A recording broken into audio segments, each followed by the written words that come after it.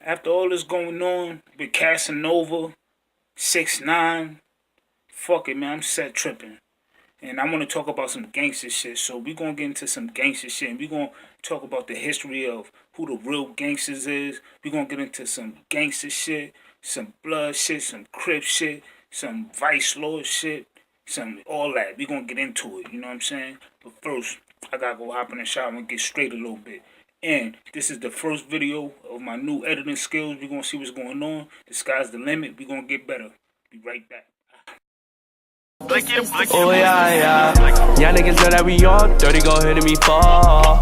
Y'all niggas mad that we on, mad when them nights it was hard.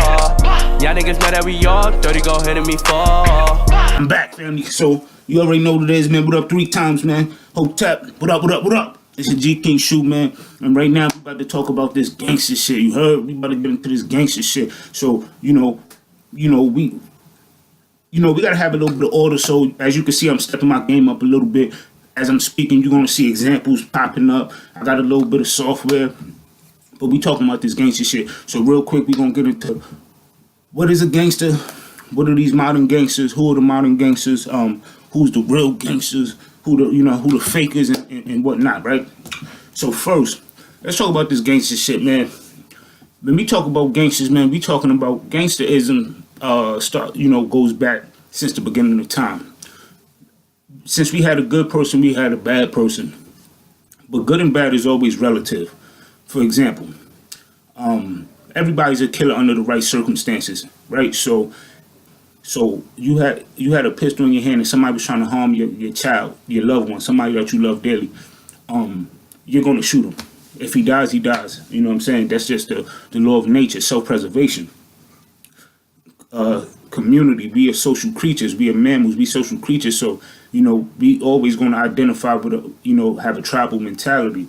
Now, what the gangsterism that's going on right now is everybody familiar with the Italian mafia. You got the Russian mafia, you got the Jewish mafia, you got the Irish mafia.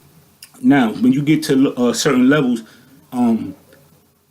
they separate organized crime from gang activity, even though they hit the same brothers with the same RICO acts that they take the mob down with. They hit the gang members with the same RICO act, but they don't categorize them as a mafia. First and foremost, I do a lot of studying on gang culture and warrior culture and organized crime culture, and I like this. I like to go in the mind of the people who these people who are reputable gangsters. To see what made them go down that path, how they survived, how the people around them dance. A lot of stuff I try to figure out. But since the 70s, we got modern gangs like Bloods, Crips, Nietas.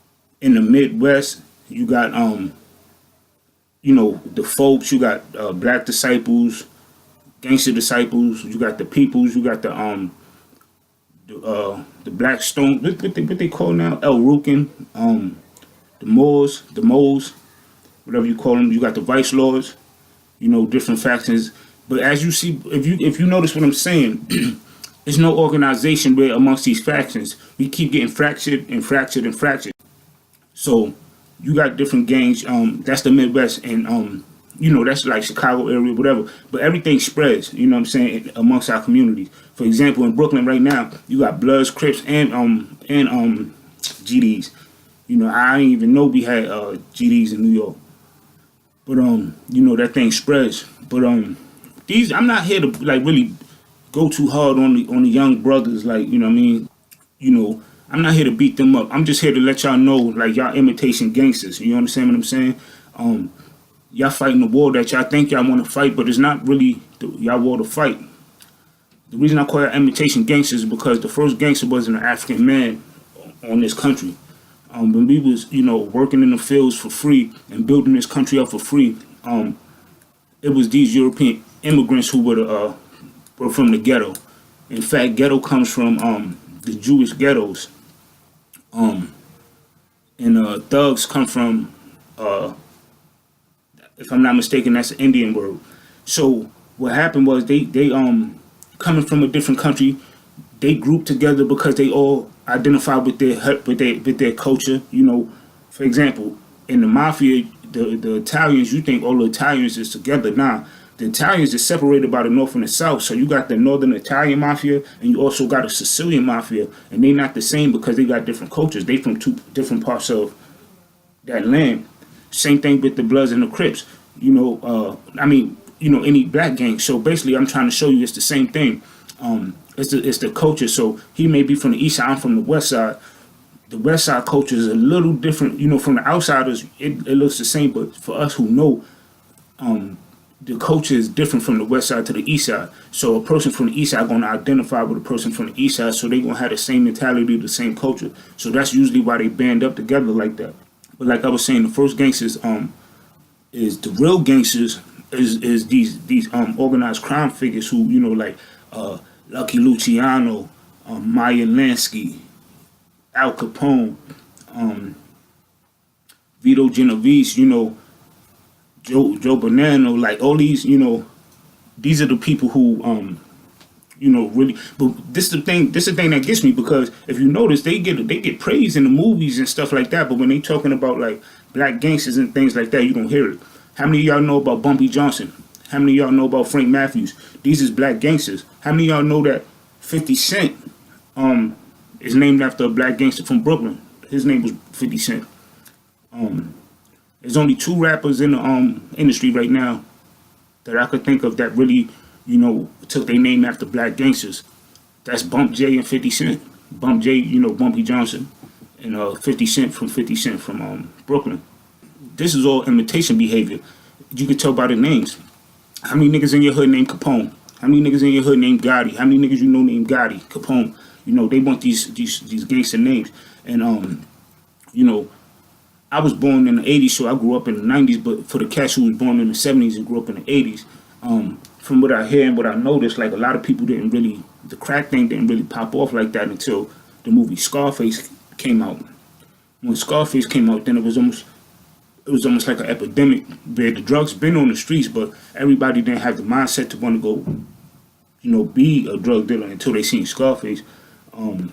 So that goes to that's the power of suggestion. This is the gist of the video, what I'm talking about, that they you think this is what you want to do, you think you want to beef with that person from the other side, because in reality, let's be real, right? Half y'all, the niggas that y'all involved with, I don't care what city you in, the niggas who be beefing and killing each other, they used to go to school together. They probably grew up and went to different high schools or come from different blocks, but half of them niggas went to like elementary school together and shit like that. And these niggas grow up different hoods, and then, once the money get involved, then it's like, gunplay, first the fights, then the guns, and then, it progresses. But, it's the same thing all over, what I mean? Like, it's niggas who, so, why would you kill a nigga that you grew up with because he from the other side? And then what they tell you is, this shit ain't never gonna stop because they killed my man. I gotta get back gang, right? But the reality is, you're not hurting nobody. You're not hurting the person that you killing, because they gone. Once they gone, they gone. You hurting the parents. You hurting the mothers. Those are the people who suffer. The females. You know what I'm saying? The sisters, the wives, the babies. You know what I'm saying? So you thinking and another thing, a lot of y'all niggas out there, y'all following behind some of these niggas, because y'all scared of them, or y'all following behind these niggas for reputation, and these niggas is getting y'all killed, dude. Like, really what's going on now, you got niggas out here like you, and I used to be the same way. Like, I don't care, but I never feared death. But once the people around me started dropping, then it makes you, it's like, damn, if you really got love for the person, if you really got love for your homies, for your girl, you shouldn't be doing it. You should be more careful about the actions that you do if it could come back on them. You know what I'm saying? How many niggas, him and a girl got stuffed in the trunk. You know what I'm saying? Girl probably ain't have nothing to do with it, but you in that lifestyle, and you worried about yourself. You so selfish. It's a selfish mentality. And another reason I ain't never joined the gang, because I'm not too fond of somebody dictating to me what I should go do or not. And if I don't do it, there's gonna be a certain penalty. Like, I'm not too fond of that. Taking orders, like, if you make a suggestion and it's a good suggestion for our nation, you know what I'm saying, I'll do it. I don't mind putting in work or whatever, but that dictating shit, like, having a person do something that you're not willing to do. That's another thing I see. You see these so-called, ain't really no leadership, but when you do got leadership, the leadership is really in it for themselves. You know, they step on the backs of the crew, you know, so, to make themselves go to the top. You know what I'm saying? And for example, it's a gangster in Philly. His name is Phil Leonetti. He's a rat. He turned state, and he snitched on his uncle. Well, his uncle was a Philly mob boss named Scarfo, Jimmy Scarfo. I can't remember, but the nephew name is Phil Leonetti. He was a rat. And he was doing an interview, and this stuck out to me, you know, because when you look at certain gangsters and coaches, you look at these guys and you like, yo, same thing. How you look at, like, you always wonder, like, how do you have a new dope fiend? How do you have a new gang member? Like, you see what pain it causes. You see this, you see that. Nobody in their right mind wants to cause pain to another person. Nobody in their right mind want to go through suffering. So we have to figure out the things that, the other things that, you know, that they really searching for. A lot of people who join gangs is searching for acceptance, searching for a father figure, a brother figure, you know, certain things like that. The love they not getting at home, so they go out to the hood, they go to the gang, and you know, you got people who, you know, it's like a brotherhood. So he snitched on his uncle, but what stood out to me about the interview was how the interviewer he kept trying to like, as he talking to him, he talking to him like he, you know, like condescending. He talking down to him, but not only is he talking down to him, he every time, you know, the guy react, like for example, he tell a story about murdering, and he'd tell a story about murder or something like that, and he made, you know, one of these guys, it's another guy named Jimmy Fratiano, like he talking about murdering one of his friends or like something like that, and you know, as he's saying it, they said, the guy said, when y'all did that, what else happened? And he like, you know, we did this, he did that, and he had a little accident, didn't he? So when he said he had a little accident, the dude Jimmy Fratiano, like he laughing a little bit, like, yo, how you know that? Like, you did the research, huh? Because, you know, I didn't express no details. So he said, look, you laughing. So he trying to understand why he laughing in such a serious situation. But the guy Phil Leonetti, he said something so profound. He was like, I'm gonna let him say it. Little Philip was quietly learning the family business. It wasn't strange to me. I felt like that girl Marilyn in the Monksters. When she was with the Monksters, we thought they were different, the way they looked, but she thought everything was normal. And she was normal. She looked normal. You know, I don't know how to explain that. What is odd to somebody from the outside was just life to you. Yeah, that was my family. The gist of what he's saying is, we can't take for granted what's normal. Like, normal is relative. So what's normal to you may not be normal to me. If I live in hell, if I'm from hell, if I live amongst monsters, that is doing bad is our goal. That is good to us. You know, it's inverted. And you heard the example with the monsters. Like, they didn't know these people was different. You think this is what you're supposed to do. So I think that was profound, you know, in the example that he gave, because these people all looked at as monsters, and this is his family. So, you know, he had to do what he had to do. But yeah, man, like, yo, we imitation gangsters, man. Everybody want to be Capone, Scarface, this, that, and the third, you know. And you niggas out here, like, that shit is, what's the end goal?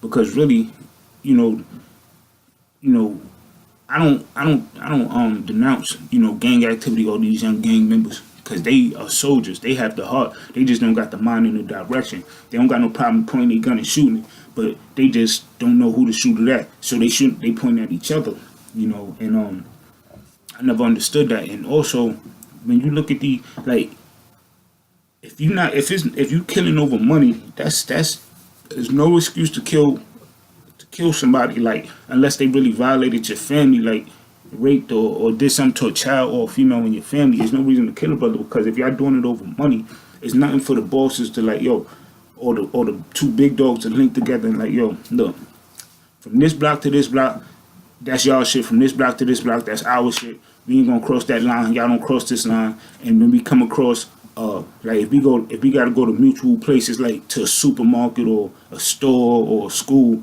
we gonna give each other passes. If you gotta come through my hood to take your little kid to school, I'm gonna give you a pass.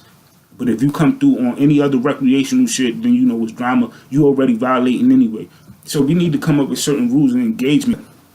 But you already know, man, this is my first video with a little bit of editing, man. I'm gonna take my time with this. You already know what it is, man. G King Shoe, Africa for the Africans, Global African Unity. We here, but we good, man. We heroes overcoming oppression daily, and we will win. All right, hold tight.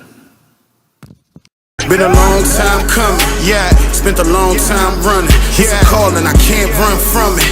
Cause everything they say I've been done it, yeah. So I preach real, cause these streets real. If I don't kill these niggas, then the streets will. They don't stay by your side, but the heat will. Probably never gonna know how people